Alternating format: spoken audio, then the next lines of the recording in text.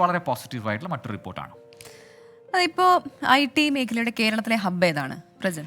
അതിപ്പോൾ കൊച്ചിയാണ്. പക്ഷേ ട്രിവാൻഡ്രം ആണോ എന്ന് വെച്ചാൽ ട്രിവാൻഡ്രം ആണല്ലോ, അവിടെയാണ് ടെക്നോ പാർക്ക് ഉള്ളത്. കൊച്ചി മാത്രമല്ല, അങ്ങനെ എന്താണ് കേരളത്തിലെ എല്ലായിടങ്ങളും ഈ പറയുന്നത് പോലെ ഏറ്റവും പുതിയ സാങ്കേതിക മേഖലയുടെ ഭാഗമായിട്ട് മാറട്ടെ, അവിടെ ഒരുപാട് ജോലി വരട്ടെ എന്നുള്ളതാണ് അല്ലേ.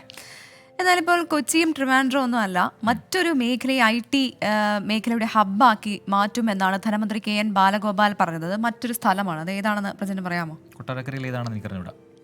കൊട്ടാരക്കരയാണ്. അടുത്ത 5 വർഷത്തിനുള്ളിൽ 5000 പേർക്ക് ഇതുവഴി തൊഴിൽ നൽകും. വർക്ക് നിയർ ഹോം പദ്ധതിയുടെ സംസ്ഥാനതല ഉദ്ഘാടനം നിർവഹിക്കുകയായിരുന്നു അദ്ദേഹം.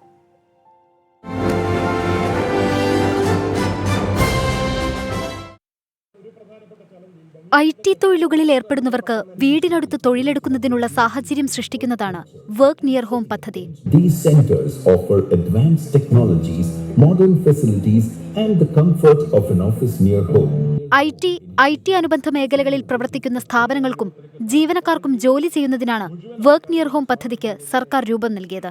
ജോലി ചെയ്യുന്ന സ്ഥലം തിരുവനന്തപുരത്ത് പോയിട്ടോ എറണാകുളത്ത് പോയിട്ടോ ബാംഗ്ലൂരോ അമേരിക്കയൊക്കെ പോട്ടെ പോയി ജോലി ചെയ്യാൻ അടുത്ത് തന്നെ യാത്ര ചെയ്യാൻ ബുദ്ധിമുട്ടുണ്ടെന്നാൽ ഇവിടെ ചുറ്റുപാടുമുള്ള ആളുകൾക്ക് ഈ ജോലി ചെയ്യാം. അവർ കുറച്ചുനാൾ ജോലി ചെയ്തു, അവർക്ക് പരിശീലനമുണ്ട്, ഇനിയും ജോലി ചെയ്യാൻ തയ്യാറാണ്. അവർക്ക് വീട്ടിൽ നിന്ന് ഇറങ്ങി നമുക്ക് അങ്ങനത്തെ കുറേ സ്ഥലങ്ങളുണ്ടെങ്കിൽ അവിടെ പോയിട്ട് ജോലി ചെയ്യാം.